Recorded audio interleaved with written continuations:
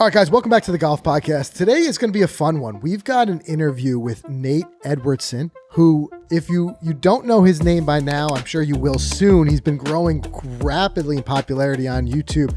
But I would say at the very least, I'm sure you recognize his face for that very reason. And I think what Nate's been doing is a very interesting way that he's adding value to not only golf in general, but golf YouTube for sure space, in the way that he's been breaking down YouTube golf news. Yeah, people are eating it up. They absolutely are. And it's so funny. Like, it's just as we move into a world that's a little bit less of the conventional, like before it was like the PGA Tour and things like Golf Channel would report on the news. Now, as we've seen explosive growth in YouTube golf, now having somebody who can very eloquently and not only that, like consistently, the amount of videos he puts out is tremendous. Consistently report on that. I think it creates a huge value for us as fans of YouTube golf. Sure. So I'm excited to dig in and find out a little bit more about Nate's background. Like how did he get into this? How did he get into YouTube golf? But the big question that I'm holding out to ask him is, as someone who consumes so much YouTube golf, what's the direction? Where are we headed? Yeah, that's what I want to find out. And I also want to find out about YouTube Masters, because I know he got the invite to go out there from Rick Shields. Yeah. Like, I want to know, how did that come about? You know, I mean, you've only been doing this for 5 months. Right. Imagine, I mean, put yourself in those shoes of a guy like Nate, who like started a channel, like 0 subscribers, just the end of last year. And now is getting the invite from the biggest golf YouTuber, Rick Shields, to come out to one of his events. So definitely a story there, definitely a lot to dig into. So let's go ahead, jump right to our interview now. Let's get Nate Edwardson on the show and start asking him questions and find out exactly where he's come from and where he is headed. Let's go to that interview now. All right, this is exciting. We've got Nate Edwardson on the pod here. Nate, welcome to the channel. It's great to have you here. Thanks, man. Appreciate you guys having me. Absolutely. I want to talk specifically about your YouTube channel. It's been fun watching along the tremendous growth that you've had. I think you've definitely hit a nerve with something that people were really looking for. You launched the channel just towards the end of last year in December, and just in that short of a span, you've grown to over 20,000 subscribers. I know we watch you regularly. A lot of people watch you regularly to really catch up on the YouTube golf news. So give us a little bit of background about yourself and what led you to ultimately decide to pull the trigger and launch this type of a channel on YouTube. Yeah, for sure. I mean, so I've been doing YouTube full time now for like 3 to 4 years, something like that. I have another channel. It's just Nate Edwardson. And that was the channel I first started playing around with YouTube in like 5 years ago. Just making vlogs or whatever, but I started taking it seriously about 3 years ago in the CrossFit niche. And I had an idea for that. It took off. It was more of like documentary and vlog style content. But then towards the last maybe year and a half, I started doing like more kind of like news commentary type content covering the sport of CrossFit. And I really enjoyed that kind of content. And I felt like it was very like real and natural to me, because I've always I was definitely a kid in class that was like, oh, he talks too much, but people tend to listen to him or whatever, which is like a bad thing in class, because you make them do stuff they're not supposed to. So I've always had this ability to like talk to people, and so it's just always felt really natural to make this kind of content. So basically, I mean, I wish I could tell you there was some like grand inspiration or like some like genius plan to like come in and do something different in the golf space and whatever, but like I literally just fell in love with golf in the last 2 years. This will be my second summer playing, and I got so obsessed so quick. I watched every single PGA Tour event. I just love it, and through that, I found Golf YouTube, and I've been watching that for years now and listening to like foreplay and stuff like that. And it was in December. It was, like most of us, we saw that post from Good about the breakup, Grant Michael leaving, and I just remember like thinking to myself, like, number one, this is crazy. And I had all these questions, but then like all these like pseudo answers where I'm like, well, from a perspective of someone who's done YouTube forever and has seen groups, and really I've studied the platform for the 3 years. Like YouTube is just as much a passion for me as golf. And so I kind of had all these thoughts about, why would they leave? Like, here are some reasons why, maybe whatever. So I was just like, literally, we were taking my dog for a walk with my girlfriend. I was like, I think I might like make a TikTok. Like, I'm just gonna like make a TikTok on like a TikTok account that had no followers really, and I'm just gonna talk about it from like my perspective, just like for fun. I don't know why. So I did that, and within like a day, that TikTok had like 200,000 views. It was just like boom out of nowhere. Mm. So I was like, oh, this is kind of interesting. So I'm like, let me just try to like copy and paste what I was saying on YouTube. Like, let's just see what happens. I thought at first I was just gonna make a YouTube short, but then I was like, man, let's just like make a video and let's just see. So yeah, channel, 0 subscribers, 0 views. Post a video. You know, obviously it has like, I go to bed that night and it has like 5 views, as a channel with 0 subscribers typically will happen in the first 12 hours of a new video. But I woke up the next morning and there was like 4,000 views. And by the end of that day, there was like 8. And I was like, oh, that's sweet.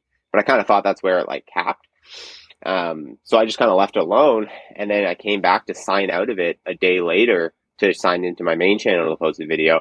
And I noticed I had like 150 subscribers. Like, where did I get 150 subscribers from? And so I go look, and the video's sitting at like 34,000 views in like less than 48 hours. And I was like, what has happened right now? And like, as someone who's like, obviously, like I said, like I'm obsessed with YouTube. Like I love the platform and whatever. So I'm just like, oh, hitting. Like this is hitting. Like to have a channel, 0 views, 0 subscribers, get that on a first video. It's like, you know, something's working. So then it was just an extrapolation process of like, all right, why is this working? Like there's, you know, as much as it's like, oh, well, Good Get broke up, that's big news. It's like, there was also, and you guys know this, there was also 50 random small channels making videos about the Good Get breakup initially. So like, why was mine hitting? Why was mine getting these views and others weren't? And so I just had to like extrapolate on that and figure out what my value prop was. And then I really just kind of tried to like be super consistent and start building this, you know, sort of like trust in the community. And I think that's kind of what allowed those videos to keep snowballing. Yeah. And speaking of consistent, I mean, from that time, the news seemed to come fast and furious for a bit, you know, especially with good breakup and just the different angles you could take that with Micah and Grant and all those types of things. So how difficult was it for you to like kind of stay at the forefront of that? Because you're right, like there were a lot of other people who were also reporting on it. So there's also the timely factor. I would imagine you had to be watching a lot of content to make sure that you've got all of the stories, but also you probably had to be ready to turn the camera on at any time and start recording.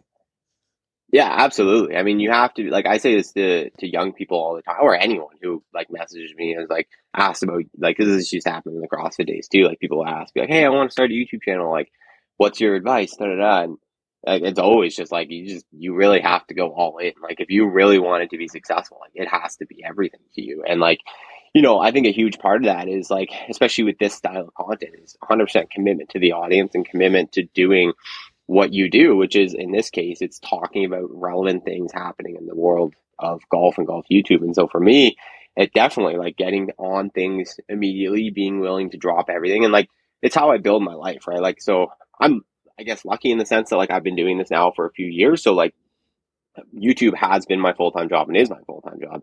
But like, I purposely like don't make plans more than like a couple days in advance. And like, I don't like having things on my schedule, and I don't really want to commit to this stuff because like, I want to be like, I like to form my day the day of, because every morning I wake up and after I read and drink my coffee, the first thing I do is like figure out if there's a video. And if there's a video, like that's happening before I do anything else. And I've just like rinsed and repeated that mentality for the last like year and a half, 2 years. And yeah, if you don't have that, like, it's going to be tough to like be as consistent with the content. Yeah. Yeah. And I can only imagine. And especially in that beginning, like when you first started and especially in the golf world, I mean, sure, you were well known in the CrossFit world, but in the golf world, not so much. You didn't have like an inroad to guys. Like you didn't know in advance that they're going to be announcing something. You're watching it along just like the rest of us, right? Yeah, totally. I knew nothing. Like, it's funny how like, because now how like quickly I feel like I've been accepted by a lot of these people and creators in the community. Like, it blows my mind. Like, you guys see him, like my reaction videos and like Rick Shields inviting me to the YouTube Masters. I'm like, what is happening right now? People are like, act like you've been there before. I'm like, bro, I came off my couch 3 months ago. None of these people knew who I was. None of you knew who I was. And all of a sudden I'm invited to YouTube Masters. Like, you would be freaking out too. So like, yeah, it's nuts, man. And like coming in without that and now having this level of acceptance, I think people think maybe, or like, no one's really ever said this, but I would assume maybe new people finding my channel are just like, oh yeah, like this is just how it is. But like, yeah, it's crazy, dude. Like there was no audience crossover, I don't think. Like I think maybe like 10 people from my CrossFit channel came over. Like it's very, they don't care. Like I remember I posted when I first started getting into golf, I posted like 2 Encore videos on my CrossFit channel because it was like also like a vlog channel. I was like, oh, this is what I'm doing now. And like I've never seen videos get such low views. Like I got like maybe 300 to 500 views on those videos on a channel that was consistently pulling like 10 to 25,000 views a video. So it was like nobody cared. So it's definitely been like I've had to build this audience is completely different. So it's been a fun and interesting process. But like for someone who's such like a nerd about YouTube and like a student of the game, you could say, it's been super cool and I've learned so much from it and I've just loved it. So Well, and with this wild success that you've seen with this format, how much then do you stick to that format that you know that's working versus experimenting with some stuff that you might want to try? I know you've been dabbling with even some of your Encore stuff on this channel. Like, how do you walk that balance and say, like, I want to give the audience what they're asking for, but at the same time, like, I want to do the stuff that I want to experiment with too. Like, where do you land with something like that? yeah, no, it's a great question. It's a great one for like any aspiring creators to listen to. And it's like my take on it is like there's a Venn diagram, right? There's what you as a creator enjoy doing. Because if you're not making content that you enjoy, you're gonna burn out, fizzle out, and die. Like it's not gonna work. It doesn't matter how successful you think it's gonna be. Like, for example, like if someone sees what I'm doing and I'm seeing like little channels pop up here and there that are like doing similar stuff or have been or whatever, but it's like if you're the type of person that like you get anxious to like talk to a bunch of people, you're super concerned what people think about you, and you need to sit down for 3 hours and write out a script before you can talk to the camera about your opinions on YouTube golf, and you don't really enjoy it, this style of content's not for you. You're going to burn out and fizzle out. You know what I mean? Like you have to find something that you enjoy doing and that's natural to you. But then you also have to figure out what does an audience want? What is something, most importantly, what is something they're not currently getting? You know what I mean? Like if I just started this YouTube golf channel and I just started doing on-course videos, I promise you I'd be getting 3 views a video still. Like, absolutely. Because there are so many people doing that content who are so much better than me. Why would anybody care about this random guy making on-course videos when they could watch Good, when they could watch Bob Does Sports, when they could watch Michael, when they could watch Grant, you know?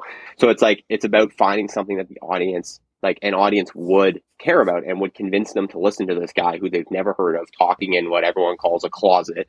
And you know, whatever. So it's like you find those two things and then the intersection between them. And that's where the content really lives. And then also like what YouTube wants is the third part of that diagram. So you kind of have to think about like, you know, obviously I can't just come on here and just like start shooting flamethrowers everywhere because that just won't work because YouTube won't want that and it'll get pushed down or whatever. But the biggest part of the puzzle, I think, is like, what do you like doing? And then what does and what does your audience want? And then finding that crossover. So for me, it's like, I'm lucky in the sense that like this content is genuinely the content I love making probably the most. Like the close second is stuff I'm going to be doing next week, which I'm so excited for, which is like more like documentary and vlog style content. That's the other side of YouTube that I really enjoy. So like, for example, like I'm going to the Good Championship in Scottsdale and I'm going to have my camera and it's going to be just a lot of like walk, talk, and document. And that's like, just like being immersed in everyone, meeting all these creators and just like showing behind the scenes style stuff and like vlogging our trip and our experience. And like, I've seen that type of content enough and I know the value of it. I know how to make it interesting, I think. And it's content I've done in the past and I just genuinely love so much. And I think the audience is really going to love it. And I think it's something that's not really currently out there. So it kind of checks all those boxes, you know? So for me, those kind of, I think, going to be the 2 pillars. The Encore stuff is like, it's fun, but honestly, man, like I like playing golf to play golf. Like I don't love filming myself play golf that much. Right. I'll do it in certain scenarios. Like I have a couple ideas when I'm down in Scottsdale and like of course, if anyone ever invited me to play with them on their channels, I'd love to do that. But like, I treat golf almost like I'm like a pro. It sounds funny, but like almost like I'm a pro because I have the lifestyle to do it. You know what I mean? Like outside of making YouTube videos, I have a good amount of time to devote to training, which I have a background in, and then just obsessively practicing and trying to get better at golf. So like, I almost want my like golf career to be like separate from my golf YouTube career a little bit. Yeah. Yep. Because it also is good for your brain to like not have everything be one thing. You know, like golf is still an escape for me a little bit, and it's still something else to focus on that isn't YouTube. So I kind of like that, you know. Yeah. Plus, I don't think like there's any reason we need another golf YouTuber unless I'm going to offer something completely different, which I'm not. Like, I have no ideas to like innovate the Encore golf YouTube content. There's enough. Like, I don't think we need more. But someone can prove me wrong, and I'd love to see it. But. You're right. We've seen an explosion in the amount of people doing the Encore stuff, but every once in a while too, you see somebody who comes along who's just hits a nerve and they're doing a little bit different. We like I said, we just had Busta Jack on the show. I think those guys have taken a space that was already a little bit saturated and did their own thing. And it's clear that they're getting that success from it. Yep. But you're right. Like we've been doing our on-course content for so long now, and we've got a lot of people who have asked, how do you do it? How do you accomplish it? And one thing we say is like, I know this kind of sounds funny, but you kind of have to not care too much how well you play. Like if how well you play is the most important thing to you, then don't bring a camera with you, because at the end of the day, in order to make entertaining content, you have to be thinking about it. You have to be placing in different places the camera. So we definitely understand where you're coming from there. One thing I wanted to ask you is, obviously there's a point where as you started, you're reporting on the news, and the value proposition there, at least for us as people who watch you, is that you summarize things in a way that's understandable. You're able to not necessarily take sides in certain things and kind of see both sides of it, but also present what could be different alternate explanations for something. And that was like kind of on the outside. Now, as you said, you're being accepted by the community. You're moving more towards the inside. Now you're going to be at events like with Rick Shield and some of these other guys. And we've seen you before on your CrossFit channel do some of these day in the lives, things like that. So I guess expanding on that a little bit more, now that you've been more accepted, now you're kind of crossing that wall from being an outsider reporting to a guy who's in the mix. Where does that then take your channel going forward? Yeah, it's a great question. It's something I've actually been kind of like jostling with a little bit here and there in my head because, you know, it's funny. It's like I obviously want to have relationships with these guys, and I enjoy having relationships with them, but it's like a bit of a narrow line to walk where it's like, you know, I still think a huge part of the channel will always be the like news commentary stuff. And I want to stay completely unbiased with it. And I want to just give my real opinions. And I think part of the thing with me is like, I have never and will never claim to be a journalist. I don't want to be anything like a journalist. That's not what I'm trying to do. What I'm trying to do is just like, it's like water cooler conversations at the gym, you know, like I'm just like the bro giving the conversations to the other bros. And I'm doing my best, like you said, to like summarize things and give, and, you know, I put effort into it. I'm not just like whatever, but it's like, I want it to be much more of like the common man perspective, which sometimes will be me saying, you know, X, Y, Z. Like Micah, I love Micah, but I kind of like, I didn't roast him, but I kind of was like, man, the YouTube Golf Championships, like that's a bold move to say that. And like the Sunday matches and like stuff like that. Like, you know, I those things out sometimes, and I need to be able to keep doing that because otherwise the audience will be like, well, now you're just like soft to this and you're not actually like saying what you really think. So that's where I can never go. But the nice thing is, I think, and I hope, is that I'm just not a confrontational person. I'm not a dramatic person. I don't care about like little stuff. And I mean, you see it with like the yesterday or 2 days ago with the Bought the Sports Stick. Robert Berger posted a podcast. He said he made 9 figures. So I made a video of it, and the video was doing amazing. And he DMs me, and he's like, hey, I misspoke. Like, is there anything we can do about that? You know, some people would be like, well, screw you. Sorry, you said it. All I did was say what you said, and the video is doing really well, so I'm just going to leave it. You know, like, I'm more than happy to, like, delete that video and then make another one being, like, explaining the situation and be, here's what it is. You know what I mean? So, like, I don't I'm definitely not doing all it takes to like, get the content and like sensationalize this or whatever. Like I, that's the other side of it is like, I think I'm honest. I think I'm real. I don't think I'm, ever trying to be, excessively dramatic or anything like that. Like I said in that video, it's like, I know what I'm doing with titles and thumbnails, but that's just part of my job. That's not actually like always like what the bulk of the content is, if that makes sense. So like, I think that's kind of the fine line is like, if I was a person who was, uh, like what's the word that I can say that's not inappropriate? I don't know, thirsty for views, like super thirsty, and like was willing to like do anything, like you would start to burn those bridges. And I care about those bridges because, like I said, and like you said, I want to be able to have real relations with people and make the IRL content. But I think the cool thing and the thing that surprised me most is how much these guys realize the value of what I'm doing and have expressed that to me. Like everyone from like Grant, Micah, Bob, and even like Rick Shields have all expressed that, like, despite the fact that they appear in titles and thumbnails and I give my real opinion on them, they realize it's like a rising tide raises all ship. And me talking about them in whatever, like, they know I'm not hostile. They know I never have negative intentions towards them. But no matter what I'm doing or saying, it's always going to create buzz that rises this whole community. And that's obviously I've said it in a million videos. That's my ultimate goal with this channel is to be like the hype man for YouTube golf. You know what I mean? Like I want to be like, they call me the commissioner of YouTube golf or whatever. You know what I mean? Like that's like, I like that. Like I want to be, kind of like intermingling with these guys and helping to build them up and be able to promote stuff and like whatever.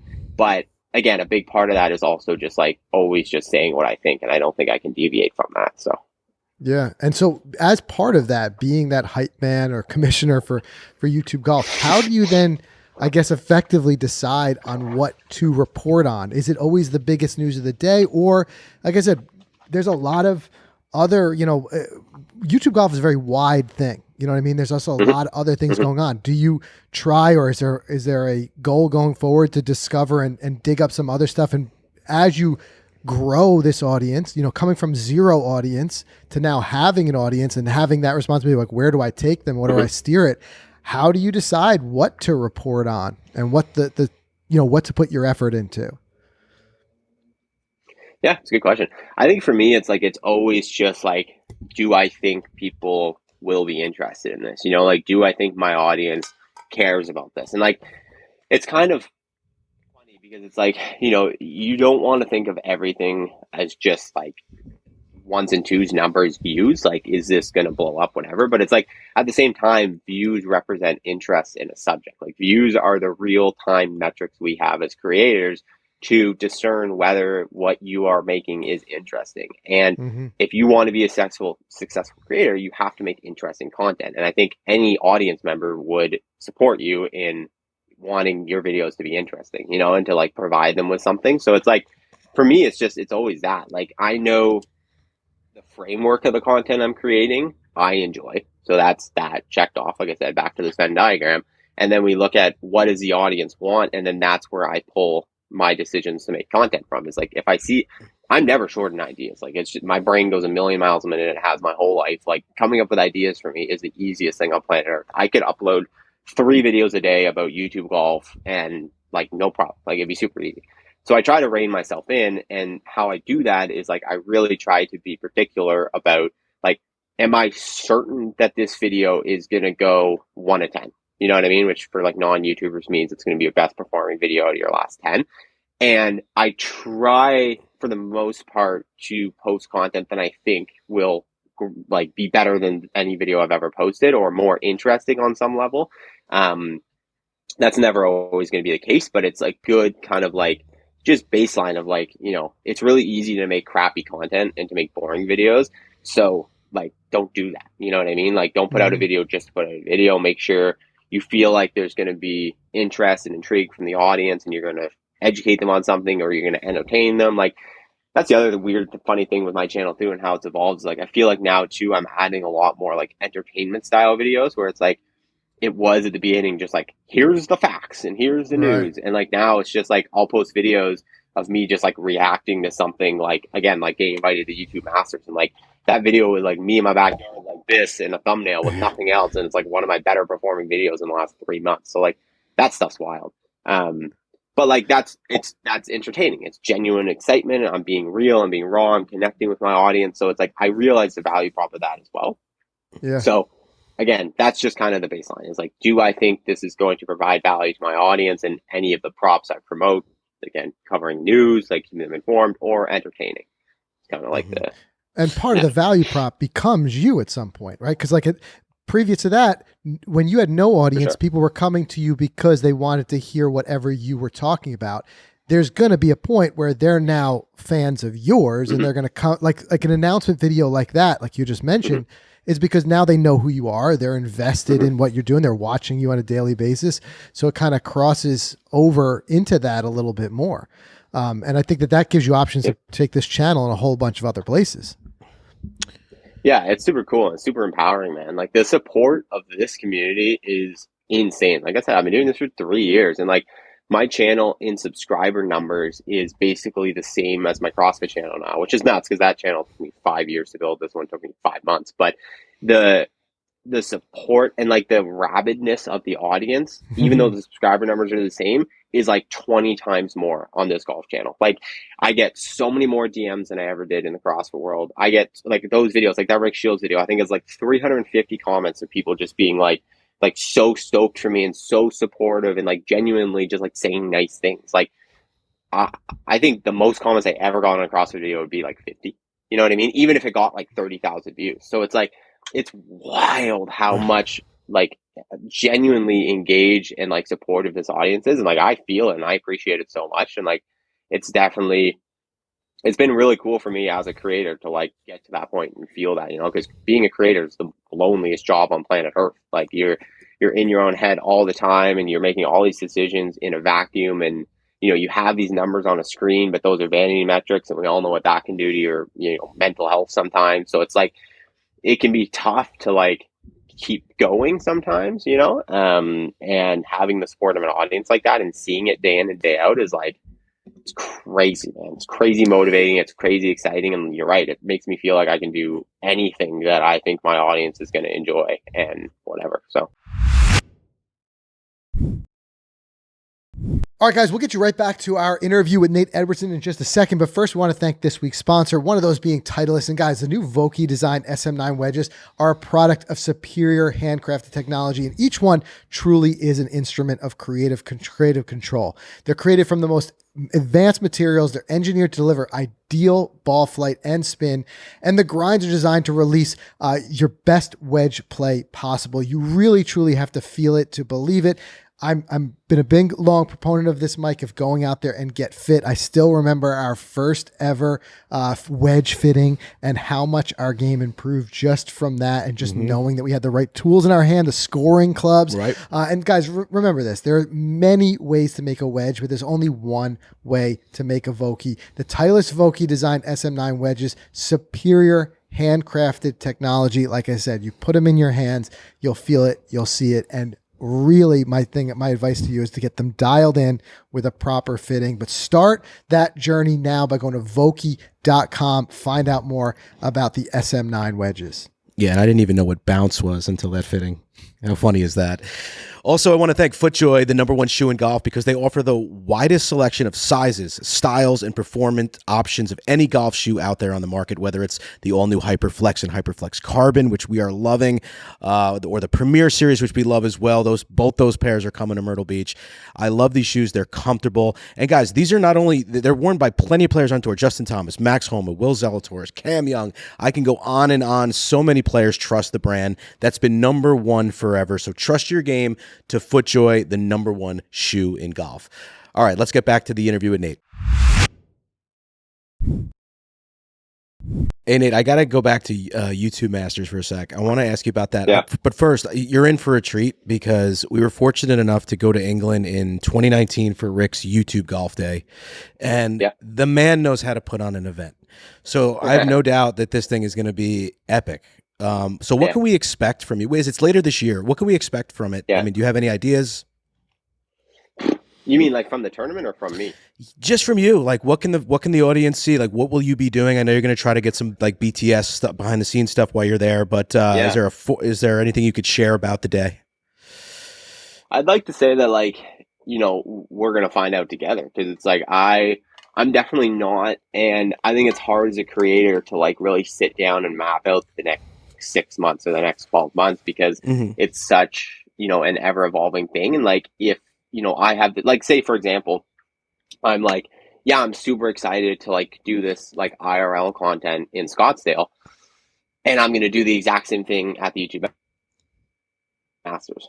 Well, if I go to Scottsdale and I do that content and it doesn't hit the way I want it to, and I don't feel like it's providing enough value to my audience, then there's Right, no right. way I'm doing that at the YouTube Masters. I'm going to figure something else out, you know? So that's just an example. I think that content's, I've already done a bit of it and I think it's going to be great, but like at the same time, like whatever, you know what I mean? So for me, it's going to be a big, I think Scottsdale is going to be a big kind of moment to like try out that style of content. And if it Sure. does hit the way I think it should, then for sure, like you can probably expect pretty similar content as to what's going to come out of Scottsdale to that. The only difference is I don't really know, like, so the good thing is like a YouTube video. Like they're making a YouTube video. They're just making a Right. big YouTube video. Really, it's not live streamed. I don't think there's going to be a crowd. Not really. You know, it's really just they're making one of their YouTube videos, and I'm just kind of like there to be around it. Whereas the YouTube Masters, it's like Rick is going to be live streaming this thing. There's going to be hundreds of thousands of people watching online. There's going to be thousands of people in attendance there. It's going to be more like a PGA Tour event, which is like so Right. cool. Hmm. So I think like my involvement there, I don't know. Like I don't know. He said I'm going. That's all I know. So like whether that That's means awesome.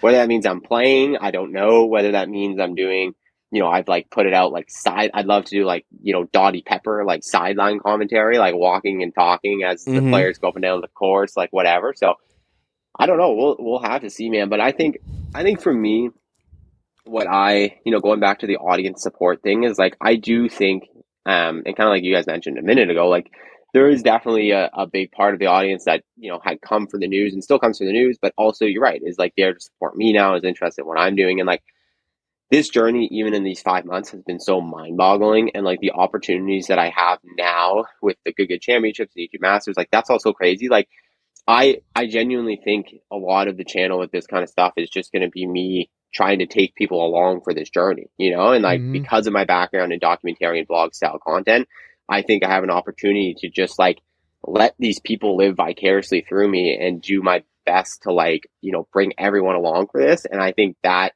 is going to be really neat. So like regardless what I'm doing, my point is, I guess, is like regardless what I'm doing in the YouTube Masters, I really think that like for the next few months, I want to just bring people along for all of this craziness, you know, Yeah. and Yeah. like show people the behind the scenes and like really be raw and be real and be honest and like, you know, whatever. Like I think there's a lot of value with that, and I think I have a great connection with this audience already, and I just want to make that stronger, I Yeah. think. I'm confident that content is going to do really well. For sure, Yeah, for people sure, and want to see that. especially because you are, as you say, you're showing that you're walking that line really well, where you're able to create in a way that both the other creators that you're reporting on and the audience both respect it. Because it's so easy, as you said, to Yeah. go one way or the other. You could go all audience and just say, I'm just going to say anything I want about these creators, or Yeah. you could get to the point where like now you're friends with the creators and you're like, Yeah. I won't report this, I won't report that. That might look bad. So it's a Yeah. tougher line to walk than a Yep. lot of people think what you're doing. But if you can hit that line and they respect you on both sides, I think then the sky's the limit with this thing. Yeah, totally. And I think that's definitely where I'm trying to be. And I think the interesting part is like, even before I had the relationships with the creators, like I knew that's where I wanted to be. There were certain things that like I just wouldn't, you know, there are certain ideas. Like I said earlier, I have 3 to 5 video ideas a day. That's every day of the week. Like I could make 3 to 5 videos every single day of the week. And a lot of those ideas sometimes come out as like these like slightly more like salacious, risky, like ooh, like a little bit more hearsay, whatever, and like not in a comedic way, like you know. Right. And like way from the beginning, like when the good stuff was smacking because the breakup just happened, there are so many videos I didn't make because I'm like, no, like I'm not just going to talk crap about someone just to talk crap about them for views. Like I won't do that. And so now that I'm like friends with them, it's like, well, it's easy to just keep not doing that because I wasn't doing that initially and I was never going to. It's not what I wanted this content to be. Um, So I think that helps in a way. But yeah, man, I mean, like the Rick Shields thing was like the one that blew my mind the most when he talked about me in the podcast and called me brilliant. Now my Instagram video or my Instagram bio is "He's brilliant, Rick Shields" in quotes. It's like my favorite thing ever. But because like that was just like, I figured, I'm like, these guys are smart. They make content. I think they understand the value in this. But there's always kind of that back of your mind risk of like, man, do these guys, like, I hope they don't just hate me. I hope they don't just think I'm like whatever, like doing what negative commenters will say of like leeching and like whatever, all this stuff. And, to get that like validation from literally every single big channel now in the YouTube golf world, and like now having them commenting on my videos and texting me all the time about videos and whatever, like that is really cool. And it does, like you said, it gives me that kind of now ability to like expand and to use that to my and my audience's advantage a little bit, in terms of like, connections and stuff. For sure. So let me then ask you this one last big question. I'm going to ask you to break out your crystal ball here a little bit, because you mentioned before about, how rabid the audience is. Golf YouTube has exploded in the number of creators and everything like that. We've seen its ability to have channels pop off and grow. But as you said, there's also a bit of saturation. How many more ways can you show course, on course content? All that stuff, even thinking of Rick and now expanding into live events that are live and ticketed, people are there. All that in mind, where do you see YouTube golf headed? Where is its trajectory over the next year or two? Is there anything you think that might come out of the woodwork and surprise us? Is it more of the same? From your perspective, where do you think we're headed?